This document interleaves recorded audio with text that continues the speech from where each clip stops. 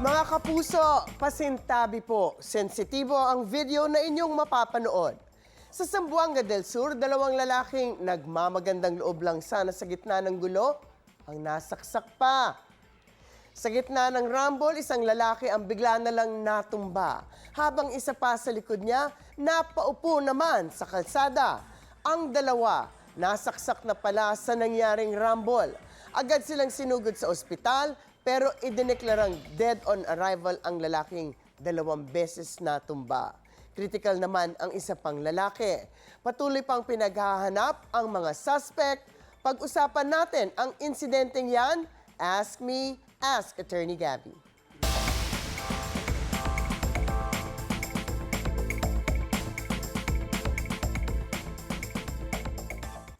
Attorney, umawat na nga lang, nasaksak pa at binawian ng buhay.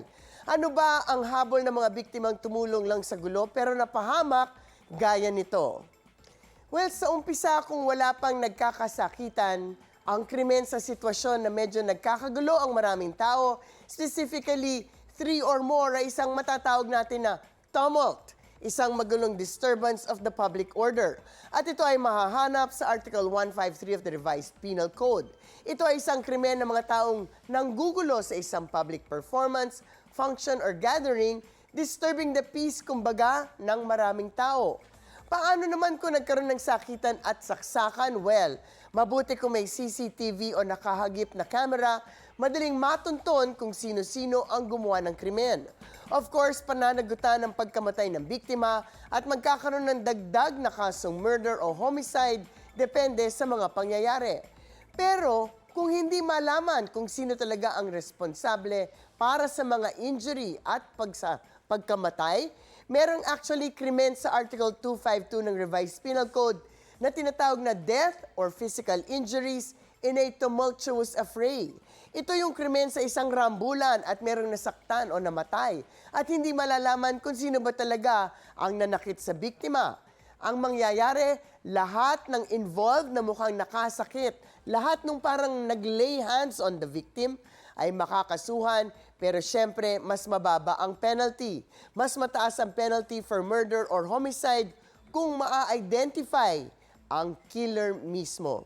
So isang payo lamang po, kung may rambulan o kaguluhan in public, dumistansya na lang tayo at tumawag ng police for assistance. Kahit na may binubugbog pa sa harap ninyo, alam natin na dapat pigilan to, pero mas mabuti na rin siguro na tumawag ng police o na barangay tanod. Huwag nang sumali sa mga kumukuyog, lalo na't hindi nyo alam ang tunay na pangyayari.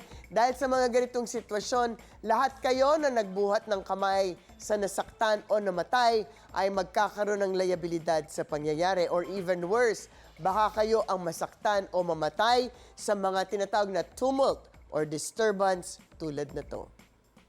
Ang mga usaping batas, bibigyan nating linaw para sa kapayapaan ng pag-iisip. Huwag magdalawang isip. Ask me, ask Attorney Gabby. Ikaw, hindi ka pa nakasubscribe sa GMA Public Affairs YouTube channel? Bakit? Mag-subscribe ka na, dali na, para laging una ka sa mga latest kwento at balita. I-follow mo na rin ang official social media pages ng Unang Hirit. Salamat, Kapuso.